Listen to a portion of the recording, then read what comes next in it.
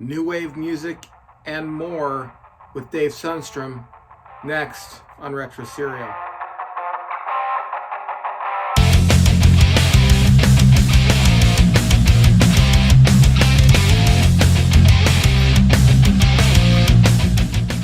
Hey everyone, welcome to Retro Serial. I'm your host, Ian C. Glad you could be joining us for this episode. On the episode today, we have Dave Sundstrom once again talking about the good stuff. This time, mostly about New Wave, but a little bit about Kiss and some other stuff too. So stick with us on the show. We're going to get that just in a moment. But before we do, please do not forget to like this and subscribe. Share it on your favorite social media, hit the bell notification. All those things really mean a lot to us, especially the liking and subscribing. I'm really close to the century mark. I would love this video to push it over the edge to make it to that 100 mark. After that, let's make it to 1,000. You can help me out by doing that and also help me out by sharing it. And if you're interested and you want to know when these things are available, please hit the bell notification. And if you want to go that one extra step and donate some of that hard-earned cash, there's a link below to the Buy Me a Coffee page where you can donate some of your money to help me grow this YouTube mogul empire and make all of my wildest dreams come true. So thanks, and now let's get to the interview. Hey everyone, this is Ian C. Welcome to another edition of Retro Serial. I am here on a Zoom call with none other than Dave Sundstrom. Dave, I'm in so much debt to you. I mean, quite honestly, you've been so nice to me to do this. And, we got to meet in Salt Lake City. Yeah. Well, I don't know. It's all Salt Lake at some point to me. Yeah. It was South Salt Lake. Yeah. And you bought me lunch and we had a wonderful conversation there. It was one of those conversations that I almost wish was recorded because it was kind of a pre-conversation to what we talked about here. So we had at least on air a conversation and a half about TV. Yeah. And that was a great conversation. And I want to talk to you today about music. Okay. And first of all, you run a channel called The Good Stuff. I mean, I don't think anybody's watching my show that doesn't. I think everybody that's subscribed to me has been a result of having me on your show or something, like that. So, and that's why I started out by saying I'm in so much debt to you. You've been so nice to me to have me on your show and all that stuff, and it's been great. But I wanted to have a conversation with you about music. Okay. Because you actually have a channel about music as well. I do. So that channel it's relatively new, but it's actually old because those videos, a large portion of them, there are a few new ones there, but a large portion of them are the videos that I started doing initially 3-4 years ago when I was starting out in earnest working on a YouTube channel. And I started out just talking about some bands I liked, and I quickly hit on a hot topic, a trending topic at the time, which was Steve Perry. I did a video on Journey's final concert with Steve Perry, and talked about it. It was a benefit concert for Bill Graham, if I remember right. And only at that point, there were only really 3 members of Journey: Neil Schon, John King, and Steve Perry. And it was kind of an odd concert. And so I did a video on that.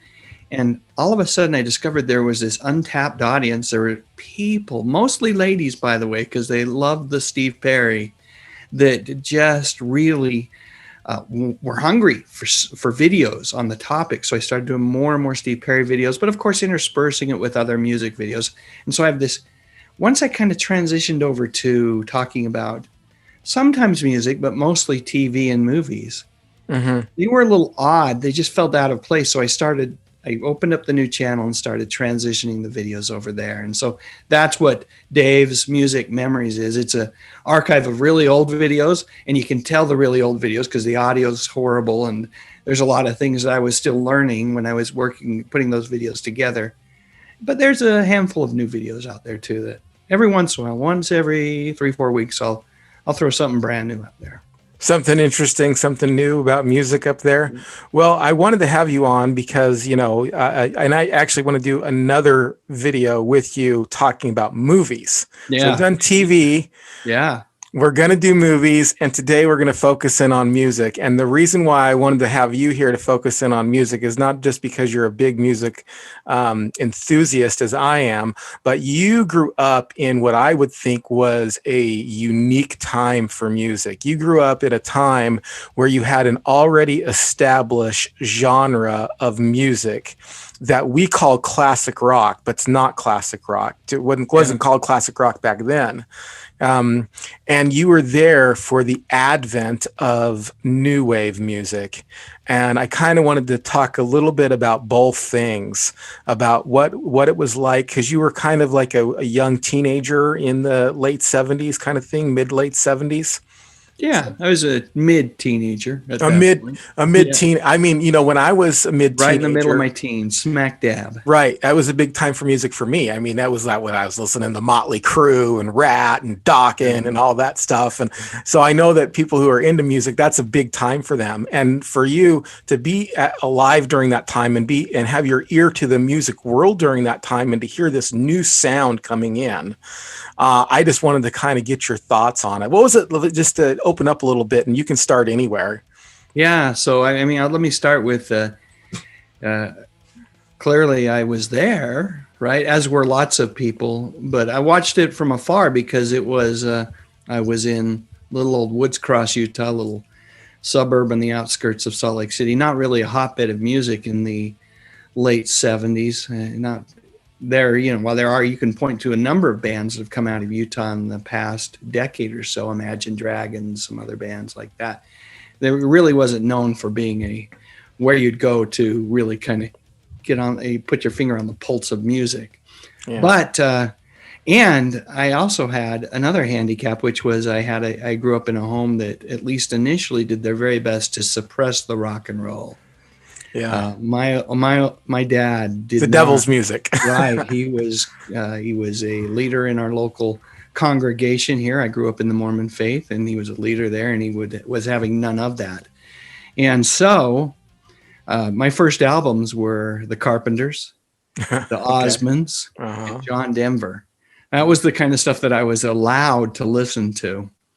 Now, I was sleepovers and any opportunity I'd hang out with friends, and I was exposed to Alice Cooper. I remember listening to a couple Alice Cooper albums and just being blown away. I remember my exposure to the Kiss album Destroyer that has Detroit Rock City on it, and just, these are classic rock albums, right? So that was what was really popular, like in the mid 70s, if you were listening to rock and roll music. But then things did start to change slowly. My parents realized that they weren't going to completely squash the music in the home. And so we started being able to purchase music, listen to different radio stations, that type of thing. And there's a couple things that happened. In high school, really was when I first noticed a change in music. Disco was kind of going away. I was in high school from 79 to 82. And disco was dying right as I was starting high school, right? And a lot of the guys that I was friends with in high school were listening to bands from the overseas.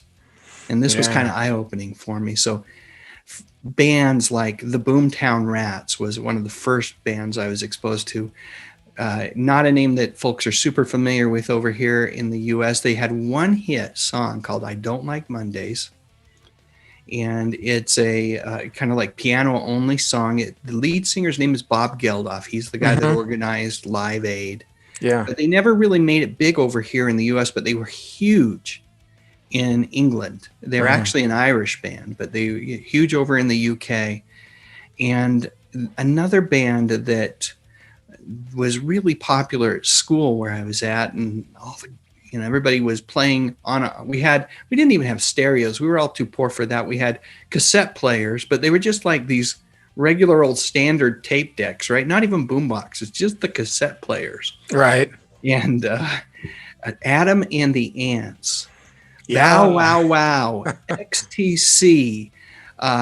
Those were bands that I was starting to get exposed to at school. They were kind of coming out of the punk era, right? So You had in the punk era, you had like the Jam, you had the Clash, of course, the Sex Pistols, the Buzzcocks, all these bands that Spiz Energy, just X-Ray Specs, all these bands that were just so awesome. They weren't good in terms of their musicianship, but the energy that they brought to the songs, it was after years of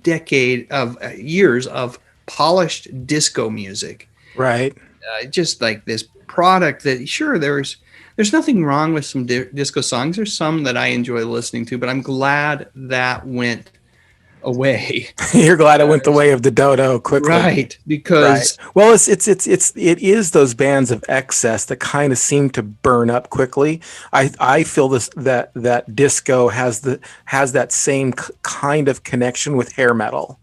Real super popular late 80s, but by 90s it was done. I mean, it was, but it's the same thing. It's a music of kind of party and excess. And it's like, trying to live off of cotton candy. It's not going to happen for you. You're going to burn out. Eventually you're going to want something with a little more substance to it. And while disco and hair metal are totally different types of music, what drove them was the same. What drove them was excess sex, excess drugs, and excess partying, Absolutely. There are some good bands that I wouldn't say came out of the disco era. Well, there are, I'm sure, but I can't think of them. But I can't think of the Bee Gees. I think the Bee Gees are tremendous artists. Yes. And, they took advantage of the disco fad and rode that. They did the soundtrack to Saturday Night Fever, but they were around before disco, and they continued to thrive to a certain extent after disco. So, but I agree with you. The comparison to hair metal is an interesting one. Very different types of music, but at the end of the day, the things that kind of the music stood for are very, very similar. They're very similar, right. Did you and you mentioned punk rock and of course, a new wave is sometimes called post-punk.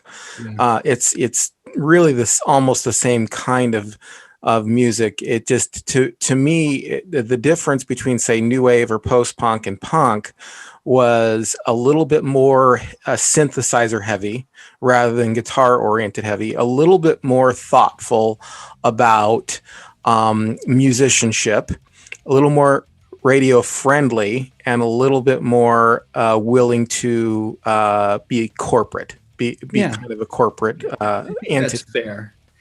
And I think there are a lot of bands that were part of that punk movement that ultimately became considered new wave bands as they kind of built their musicianship and to your point, it became more corporate a little bit in the just the business side of the music that they were making. But they were still great. They were still great artists. They were never sellouts.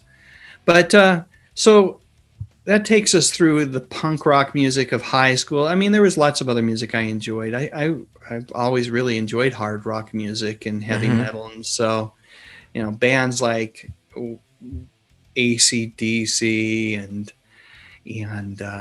Journey, Foreigner. I'm trying to think of the bands that were really popular when I was in high school. Those arena rock kind of bands. REO Speedwagon. REO Speedwagon was huge. Right? Loverboy. Rush was becoming very, very popular.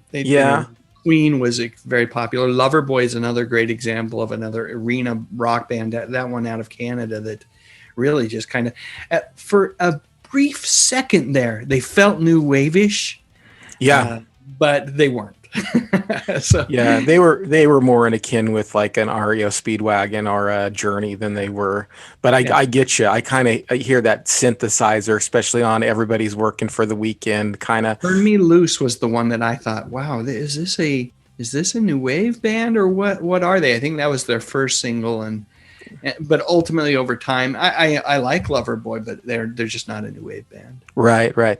Well, let me ask you this question. I mean, I've got a ton of things swirling around in my brain right now, but for me, when I was in junior high school, the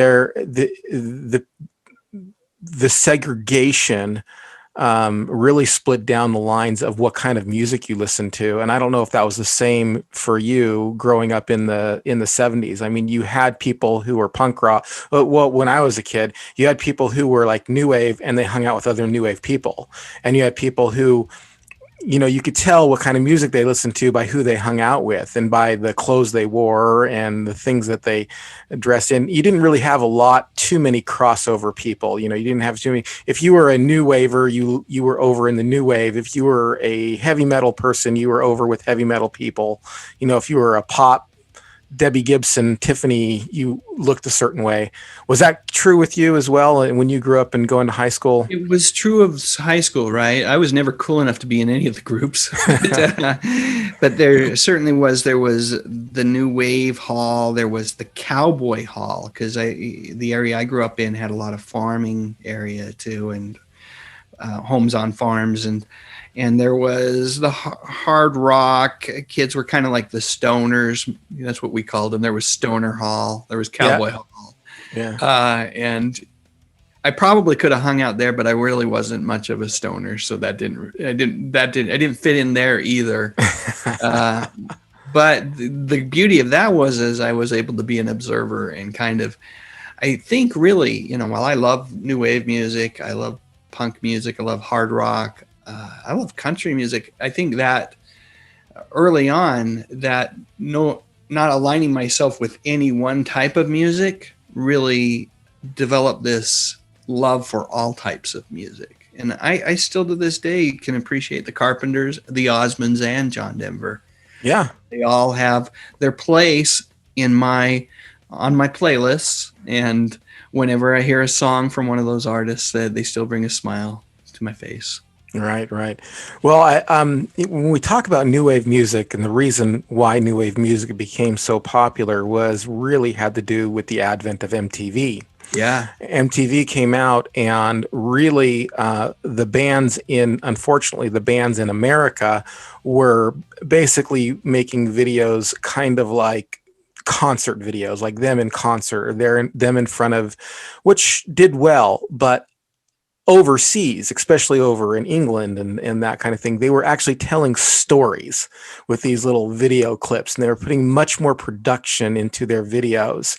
And that's really kind of the explosion of why new wave became really super popular, is due to the fact that, you get this story. I remember watching the Human League, Don't You Want Me Baby, and you could actually follow the story to it, and it was a lot of fun.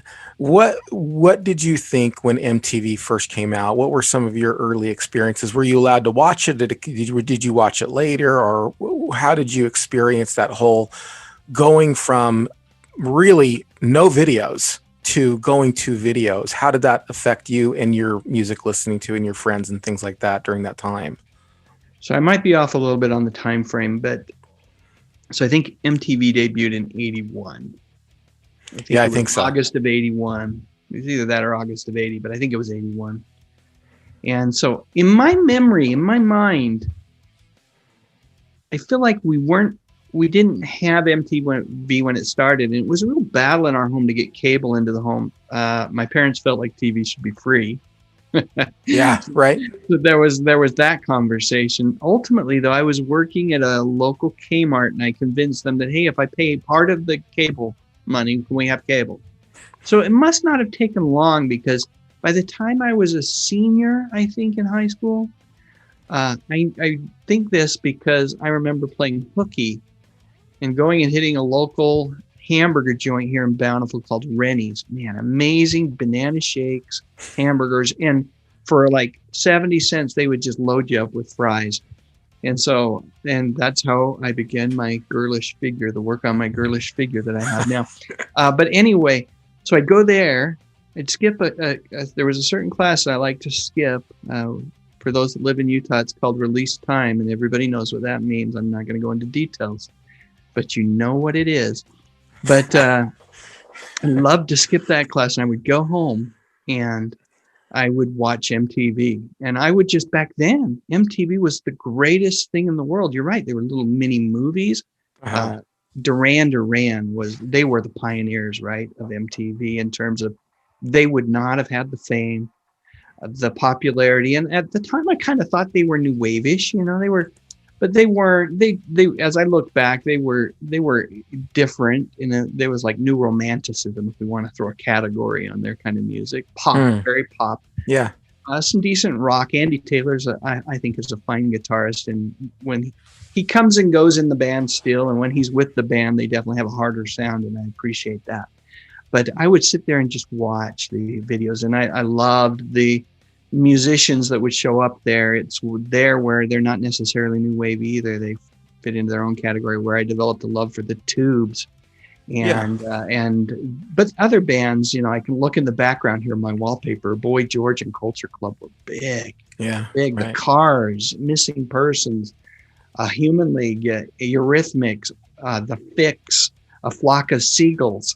All of these bands I could watch the same video over and over as I was downing that banana shake, burger, and fries.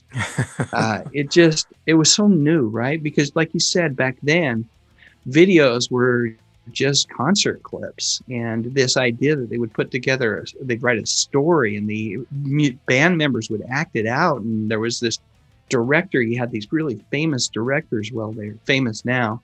I think like guys like Bob Giraldi, who directed Michael Jackson's Beat It. And then later on, after doing a handful of videos, Pat Benatar videos, a bunch of different artists, he would go on to do feature films, particularly in the 80s and 90s. One of my favorite 80s movies is a movie by John Cryer called Hiding Out that Giraldi directs. Great movie. Yeah, it's a fun movie. There's MTV definitely goes hand in hand with new wave music, but that wasn't the only type of music they played on that network. There was a lot of great music that we were being exposed to there, and it was hard to tell sometimes whether it was new wave or not. You had to kind of wait for that, whether it was another single to come out or another album to come out, to kind of figure out what category they fit into. A perfect example of that is like Tears for Fears. Mm-hmm. And I would definitely throw them in that category. But I'd also throw them, as we look back now, they kind of fit into like classic rock. They fit into a lot of different categories, but truly love the work that Tears for Fears did. Human League's another great example. Right. Just so many good bands from that time. And the Cars, one of my all-time favorite bands. Yeah. Devo. Devo, for sure. Devo. And even their new stuff, Devo, it's off the hook. I mean, it's a little bit old now. I think it's 2013 or something like that. Talking about Fresh? Yeah. Yeah, that was a great single. I don't remember the name of the album that came off of, but Fresh. It was fantastic. Yeah. They didn't miss a beat. They are still really, really good.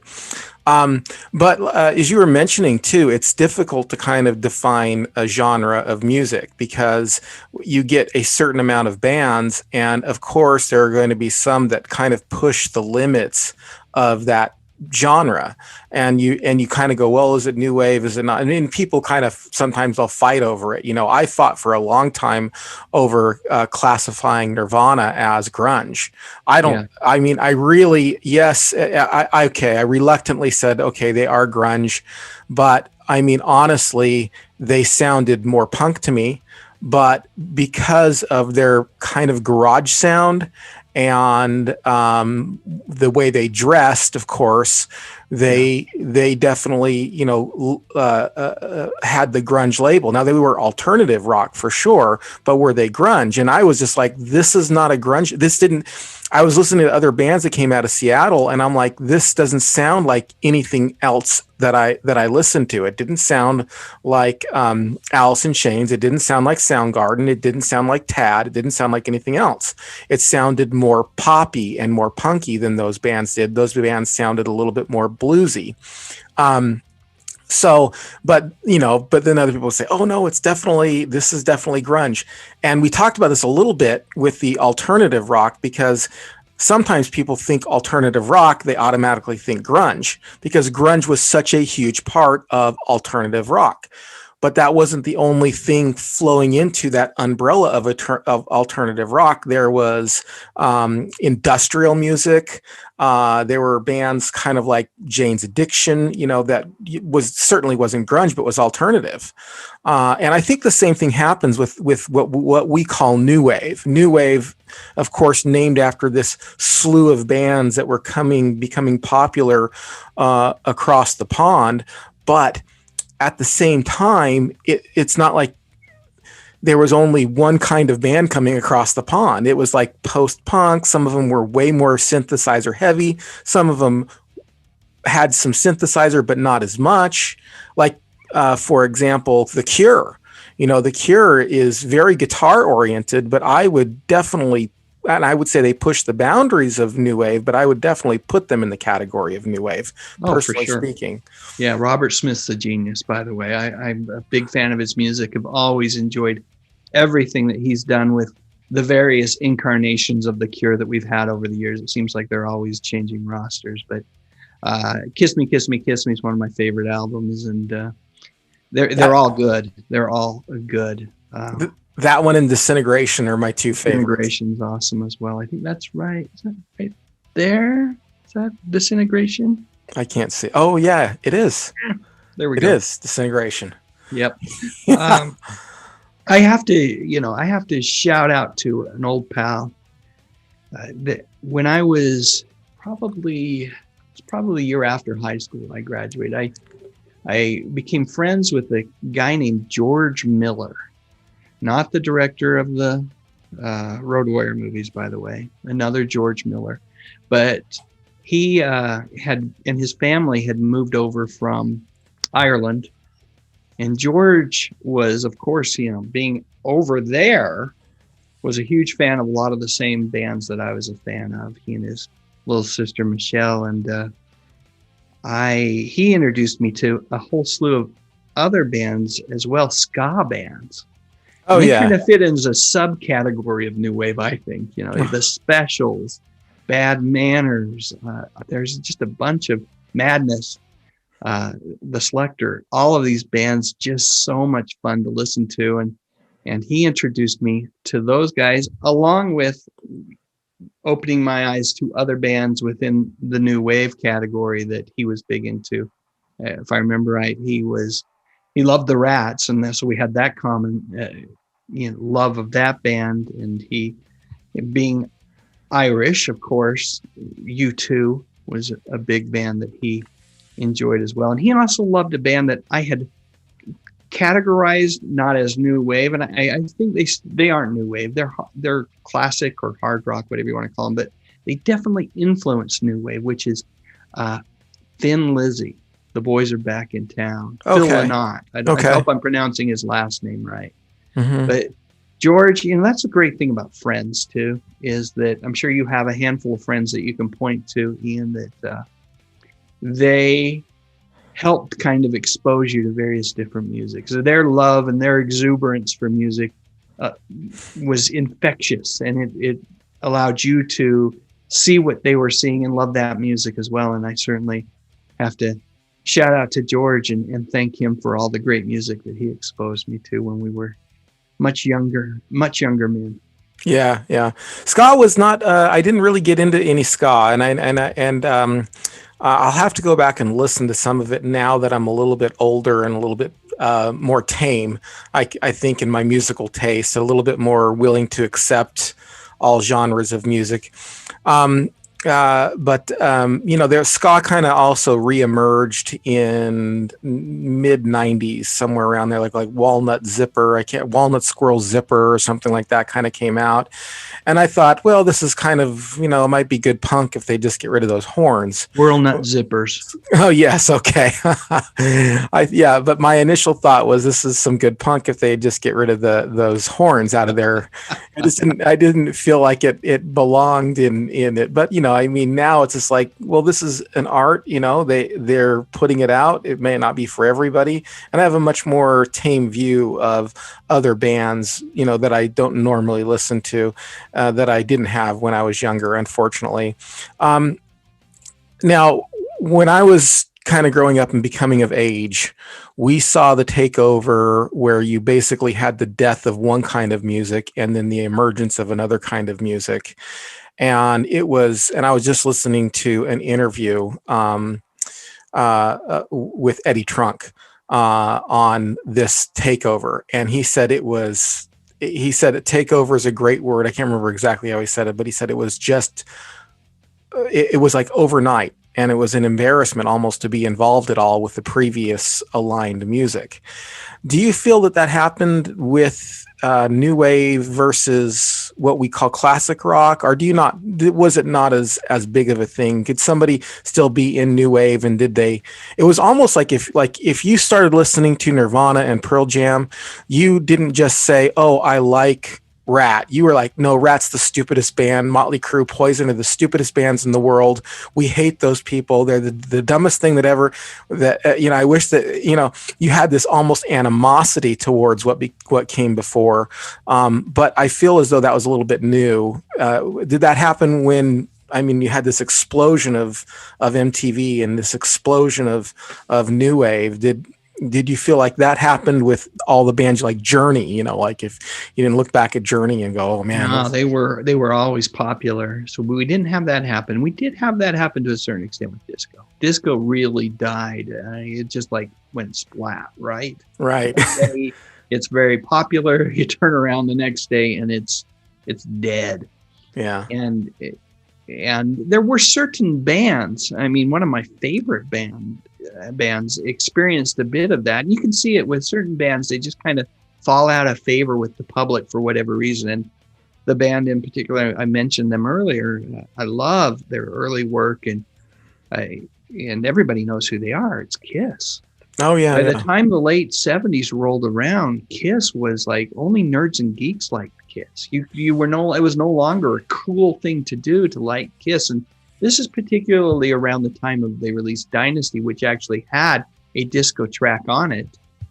And then they released another album called The Elder, which was a concept album. And it was produced by Bob Ezrin, the guy that did Pink Floyd The Wall. And I love it, but I can see why it was totally rejected by the public. And it was a huge, huge failure for the band. And it was around that time that Ace Frehley and Peter Criss were also imploding and having their problems and left the band. Ultimately, the band decided they had to reinvent themselves, take off the makeup, kind of embrace their hard rock roots. Uh-huh. And as a result, they were able to revitalize their career. But, Kiss almost went the way of disco. If not for some pretty savvy business decisions by Paul Stanley and Gene Simmons, they would not be around. But that band's always been about business and making money. So hence their survivability.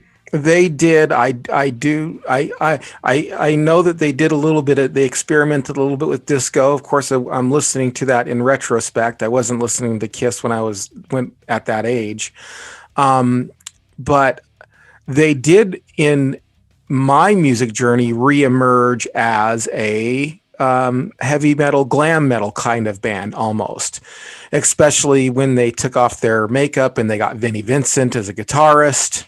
And then Vinnie Vincent went on to start his own band, which spun Slaughter, which was a hair metal band. Mark Slaughter was in Vinnie Vincent's band, right? Yeah. Mark Slaughter and the bassist. Okay. Both went off, and so you got that kind of heavy metal, big hair vibe when Kiss was popular when I was a kid. Yeah. But you had Kiss before, and Kiss before really, because I had a friend who was totally, his older brother was into Kiss and he was into Kiss. That was his band. For him, that was like the Motley Crue for me. When I was 14, 15, it was Motley Crue. For him, it was Kiss. And he'd play me and Alice Cooper, both, Kiss and Alice Cooper. And he would play me some older Kiss stuff, and it was hard to pin. I mean, I was just like, okay, I get that it's kind of like, it went from being kind of like classic rock to hard rock to even a little bit disco to how I was experiencing it as another glam band, another hair, but not just another one. They did a great job, but just as another band like that. And then, unfortunately, and I know we talked about this before, and I'll let you riff on this, they even experimented with alternative sound. And did you? Yeah. I got the feeling that you did not enjoy that. There's a song on that album. So that experiment you're talking about is an album. It's called Carnival of Souls. Yes. And it was, they did that album. They'd actually had a great hard rock album right before that called Revenge. But to your point, things really felt like all these bands that had been popular, they had to change to survive, because bands like Warrant, Rat, to a certain extent, they just were not making the transition over to alt rock and to the grunge era. And so Kiss did try to change things around. They recorded an album called Carnival of Souls. There's a song, the lead single was called The Jungle. Not bad. There is another song on it, though, called Childhood's End, that's written by Gene Simmons and sung by Gene. He sings, a number of their songs, kind of like the Cars. They split vocal duties quite a bit between Gene and Paul. And Peter with Beth, but that was right. But anyway, that album never got released, at least at first. They shelved that album and realized quickly that they needed to just go back to what had made them famous. And what they did was they got Ace and Pete back in the band. Mm-hmm. They went and did their reunion concert tour, and then they released Psycho Circus. Eventually, Carnival of Souls came out. I had a bootleg long before it came out, just because I was such a Kiss fan. But I it's okay. I have it. I can see it over here in my CD stack, but it's not one I go to very often. It's not. If I want to listen to Kiss, I'll probably go back to some of the classics. If I want to listen to some of the lesser known stuff, I'll go to the stuff from the late 80s, early 90s, that Animalize album or the Revenge album, just phenomenal albums. Look It Up was good too, but those two albums in particular, I really enjoyed. So I don't remember the question other than you think you were asking about Kiss and going grunge. And Kiss and experimenting with that alternative it wasn't rock a good idea, thing. but it does show that the fact that the band has always tried to be as versatile as they possibly can to try to adapt with whatever music is most popular at the time. Yeah, that and good for them.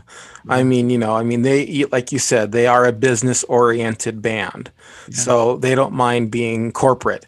And good for them. I don't have any problem. Go ahead and be corporate. It's a little different than I think that's the problem, though, and I think that's why part of the reason it didn't catch on, and you didn't have 3 or 4 albums being alternative, like you had 3 or 4 albums being glam, is because the alternative punk rock scene they don't like that at all. They don't care for people who change genres of music to fit in or to sell records. It's kind of like they're one of those people like, well, if we make it, and success is great, but we don't engineer towards success, kind of a thing. But alternative did, you had bands started to come out that started to be alternative just because that was the thing that was cool, and the record companies get into it and they want the next Nirvana, just like they want the next Kiss, like they want, then they want the next thing. And so they go over and they try to manufacture it. If they can't find one, they'll make one. By golly. Yeah, they sure will. Record companies, they have their place. They obviously, particularly prior to the internet, nowadays it's people can self-publish, they can get their music out there, and hopefully they can make way more money. But back in the day, the companies had their place, but there was a lot of pressure put on the artists to adapt and to, at times, deliver music that may not be exactly what they were most passionate about. A perfect example of that, and I know you and Pat talked about this band. Pat brought up the Knack.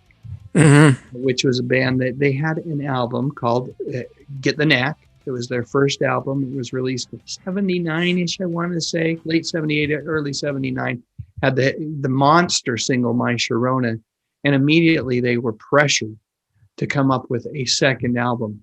And I think they turned around that second album, but the Little Girls Understand in record time. It was out in 9 months, something like that. And what you get the quality that you might expect from an album. That the first album, Pat mentioned that there's not a bad track on it, and that is so true, folks. If you haven't listened to Get the Knack, get the Knack. It's an incredible album, one of the best albums of the decade. Great musicians that had been performing in California at small clubs for years and years, and they had this catalog of songs that they put down on that first album. But then when they had to come up with a second album and write brand new songs, they wrote new songs, and then they pulled from the songs that were still left that they hadn't recorded but weren't as good because they weren't on the first album, to get a lesser album. Ultimately, I think I mentioned this in one of your comment threads, because I loved it when you guys started talking about the Knack, which definitely fits into that new wave category. They returned with a third album called Round Trip. That was amazing. I love the album. It didn't have a hit on it. I can argue that some of the songs could have been singles and could have been hits, but it was a great album, well produced. All the songs were wonderful, but it was too late. The record companies had put the pressure on the band to come up with a product that was basically turned off a lot of their fan base, and there was no recovering.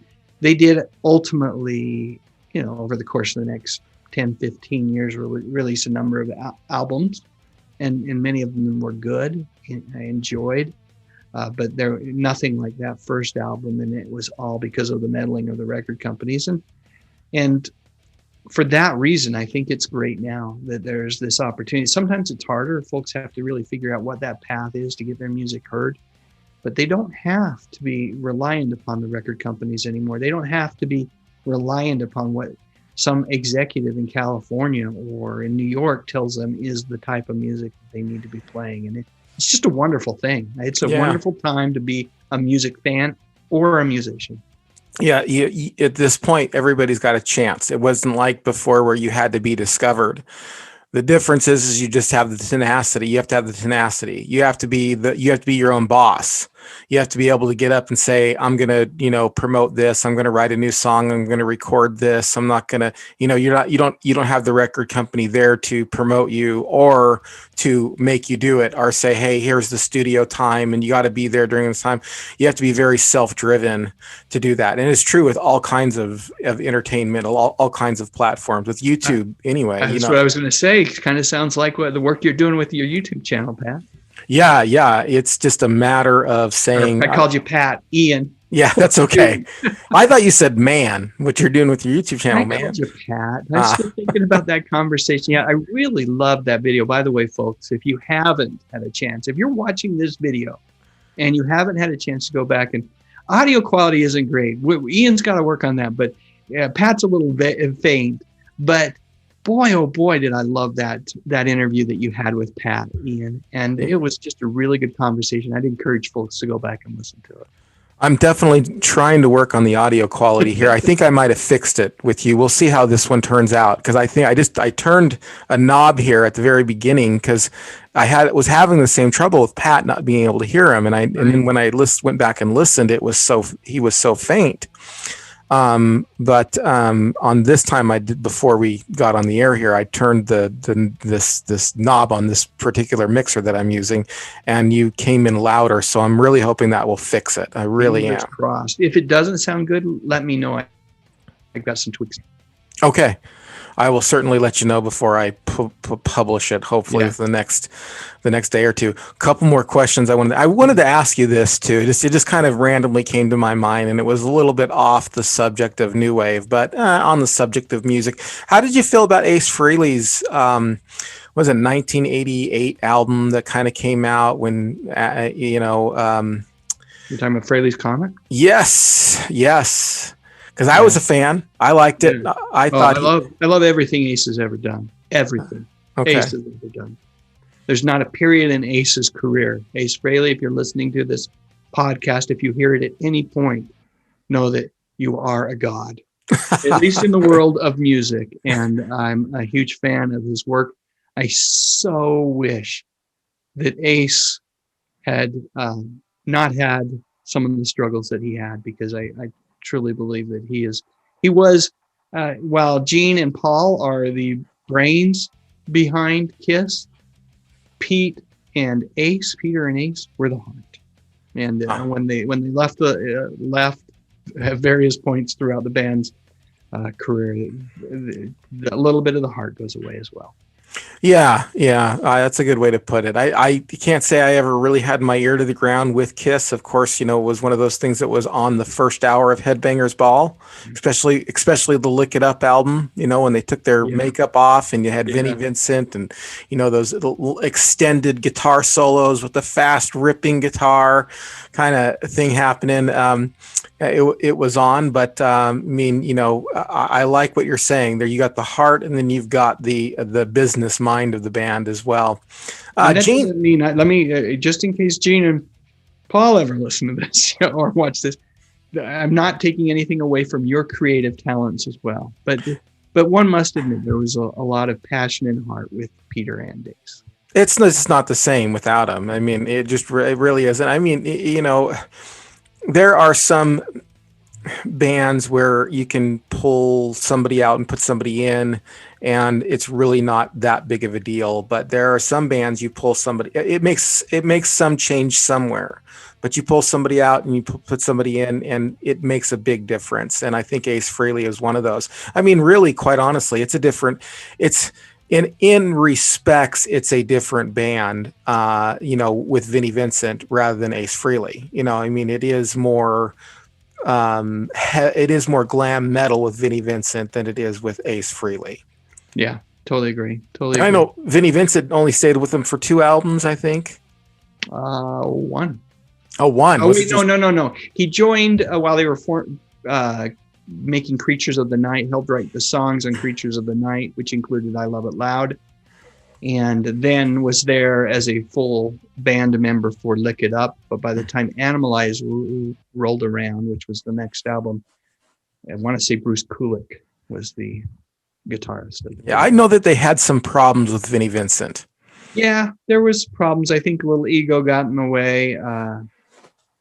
Happens, right? It's an industry where you get told how awesome you are over and over. And at the end of the day, Paul and Gene have always treated these, once Ace and Peter left, the original, members left, anybody that was brought on to replace those artists were treated as if they were employees.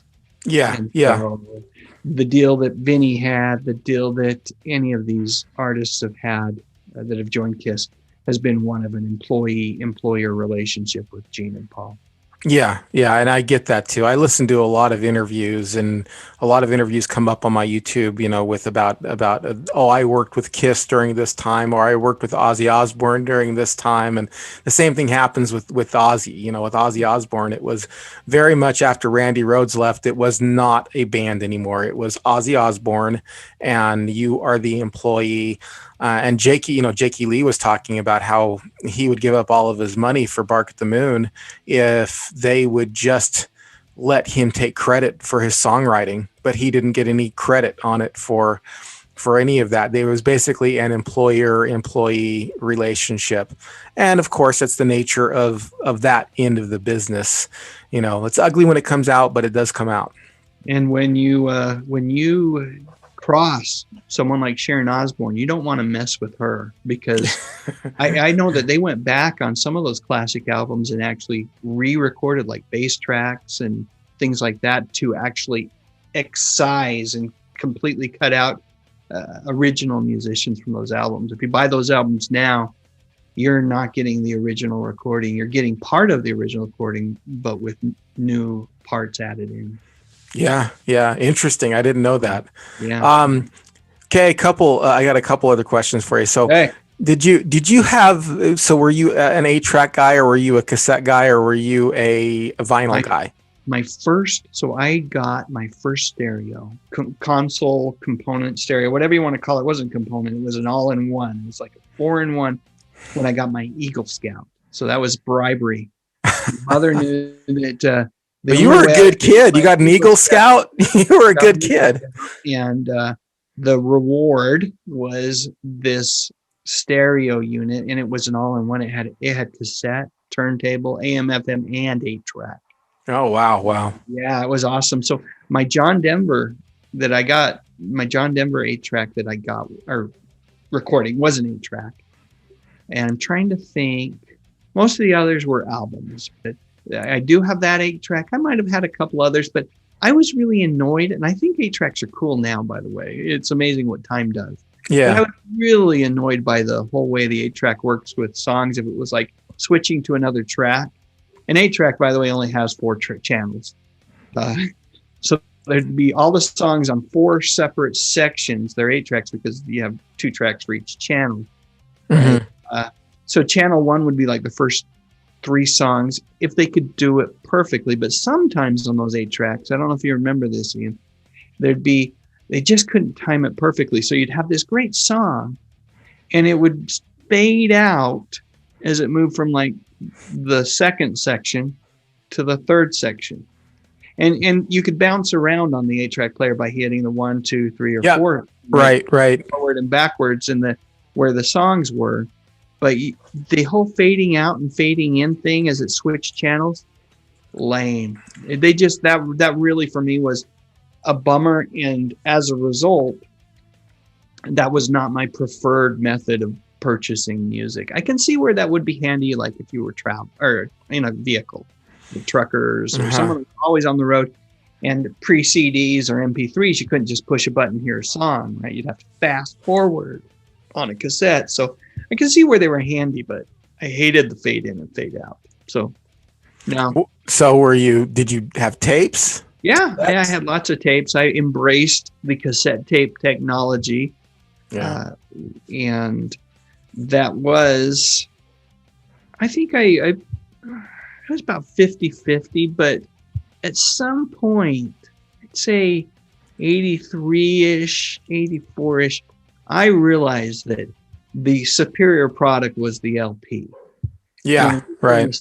Artwork, and you got the lyric sheet, and it just felt like what the artist wanted to deliver to me, right?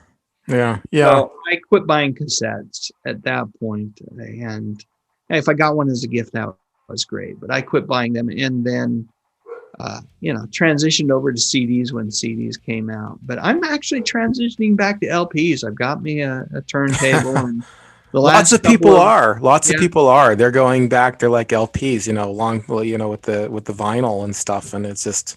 Yeah, Steve Perry released an album a couple years ago. I bought that one on LP, and the Boomtown Rats released a new album last year, and I bought that one on LP too, because I have them on MP3, right? You can listen to them on Spotify and YouTube Music. So I have the pristine, if you want the crystal clear digital version without any pops, you can get that. But in my hand, I actually prefer holding the album as opposed to the CD case, the jewel case, and yeah, right. There's something really nostalgic about that. It's really cool. It's actually not even nostalgic. I mean, I don't think vinyl really ever went away. I think people were still doing a lot of vinyl. It's even in the late 90s, when CDs were really having its heyday, early 2000s. I knew people who actually still were collecting vinyl. And even for a small town like I lived in, there was a store that had a lot of vinyl, which was kind of crazy. Yeah. I gave away a lot of my vinyl in the 90s, early 2000s, to my regret. But you know what? My brother had a lot of my LPs, and he gave them back to me. Thank you, Steve. And so I'm working on rebuilding that collection as we speak. That's good. That's really good. I was never into vinyl. It was one of those things that these days I wish I was. I wish I had. I was just, for me, it was more audio. It was more the cassettes, because you could take it with you in your car. And of course, being right around 16, 17, and having a car, and then the auto reverse, man, that was just huge. That was that was the bomb, man. I was like, auto reverse, and just Guns N' Roses, forward, backward, forward, backward, forward, backward. It was great. Yeah. Okay. So that answers that question. I do have one final question for you, just as Yeah. far as you remember, because we were talking about like going, bands kind of transitioning back in the 90s, trying to be going from heavy metal, going into alternative rock kind of stuff. Did that happen? I know that it happened with a couple of bands that I'm aware of, from punk to new wave. For example, I know the Go-Go's did that. The Go-Go's were a very hard punk band, and they admitted, well, we softened our sound up and went Sure. into new wave. Did you see a lot of that happening back then, or was that? You're talking about punk to new wave? Yeah, I mean, there was also, in addition to the Go-Go's, there was the Bengals. Mm-hmm. They were known as the Bangs, I believe, originally. And to a certain extent, I mean, bands like The Clash really mellowed their sound out too, over time, before they finally kind of imploded. Yeah. Went off, and there was another version of The Clash, I believe, that Mick Jones was leading. Was it Mick? No, Mick Jones went to do Big Audio Dynamite. Joe Strummer stayed in The Clash. But and Adam and the Ants is another example of a band that they always had a tribal sound, but they were way more punky. By the time Adam Ant was off doing his own thing in the mid 80s, he'd really mellowed out his sound as well.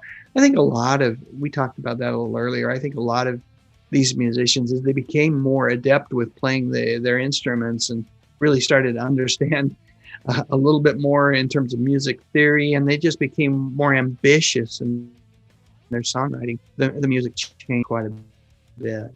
Yeah. Yeah, I did, and did they get any flack for that? Do you know? Did any of those bands, like, the people like, oh man? No, I think punk, truthfully, there was always bands like X. I don't know if you remember X. I remember Generation X. No, that's Billy. Billy. Yeah. There was a band called X it's a US band that Exene Cervenka was the lead singer. I saw them live out here in Utah, and oh my goodness, holy cow, did they blow my eardrums out. Anyway, so good. But there were always bands that never swayed from their punk rock roots. But by the time the mid 80s rolled around, punk had kind of gone its way. Yeah, it went seriously underground. I mean, it was a flash in the pan, but it just had more. I think it had more staying power than disco did, for sure. But it didn't punk as punk rock. Yeah, was not commercial friendly. Not so much. Now, I think when I got to mention one other U.S. punk band I really enjoyed. Well, two, Black Flag. Okay. I loved a lot of the stuff that Black Flag did, and I also enjoyed Dead Kennedys. Oh yeah, I loved their album "Fresh Fruit for Rotting Vegetables." I bought 3 times because my mom threw it out 2 times. I would go down to the Cosmic Aeroplane bookstore in Salt Lake City, Utah, and they had a second floor that was a combination head shop. So all sorts of drug paraphernalia and record store. And I just, each time she threw that away, I would go back and buy a new copy because I just loved that album. I'll have to pick that one up. It's a good one. I listened to it again the other day. I still have that 3rd copy. And Jello Biafra was the lead singer and main songwriter of that band. It doesn't sound as hard and as rough as it did back then, as when I was first exposed to them, but very much a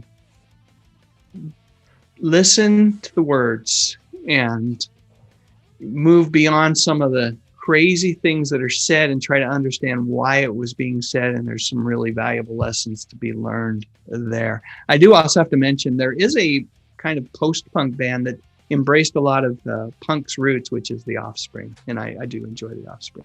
Yeah, they're kind of a newer punk band. Yeah, I mean they definitely can. I think they consider themselves punk, and I consider them to be a punk rock band too. Of course, not a punk rock band of the late 70s, early 80s, but nevertheless they are a punk band. I mean that's the category I would put them in. All right, Dave. I think just in case there's somebody who actually listens to my channel and doesn't listen to your channel, which I think it's the other way around. I think everybody listens to my channel also listens to your channel. But just in case there's somebody out there who does not know who you are, will you please let everybody know how they can find you on YouTube? Yeah, absolutely. Best way to find me is just type in Dave Sundstrom. That's SUND as in door, STROM. And my primary channel is the one that has I think we're hitting around 107,000 subscribers. So it's got a good subscriber base. And I get a lot of joy out of talking about old time TV shows and movies and a little bit of music there. But I've got a couple other channels. You'll find them if you search for Dave Sundstrom. You'll find those channels as well. And I appreciate the opportunity to be able to visit with you, Ian. I really, you're so darn close to that century mark in terms of subscribers. I wouldn't be surprised. I really encourage anyone that hasn't subscribed to the channel. You will. I guarantee you this. You will. It may not be every video that Ian does that you're going to love, but there are going to be videos that you will want to hear and want to listen to, and for that reason, it's worth that. It costs absolutely 0 cents. This is one of the cool things about YouTube. 0 cents to click on that subscribe button. So click on the subscribe button. Let's get Ian over the century mark and well on his way to working towards the millennial goal that is in his future. Well, thank you. Appreciate that, David. Every channel that you have is worth subscribing to. And I do like the different channels because, one's a little bit more about music, and your Dave Sundstrom Live. Let's get that up there too as well. Thank you for being with me on the show. Go ahead and stick around as I close out the show. Just want to let everybody know, thank you for watching this. If you enjoyed this, like Dave said, please hit the subscribe button. It means so much to me. Hit the thumbs up button, helps the YouTube algorithm promote this on other pages, and helps me build my YouTube mogul empire, which I am desperately trying to build here. If you want to go the extra step, you can hit the bell notification if you like this, want to know when these things come out. That's what the bell notification is for. And share it on your favorite social media. That also helps us tremendously bring awareness to this channel, talking about growing up Generation X. If you're listening to this on podcast form only, know that we do have a YouTube channel and that I have some stuff on YouTube that just doesn't quite transfer over to audio only. So you might want to go over there and check it out. If you like what we're doing here on audio, you'll love what we're doing on audio video over there. But I don't care. Any way you're listening to this, it means so much to me. If you're listening to this on a podcast platform, write a review, give me an honest review, give me an honest rating. It would really mean the world to me. And thank you so much, everybody. And we will talk to you again on another episode of Retro Serial. This is nostalgia that you can taste.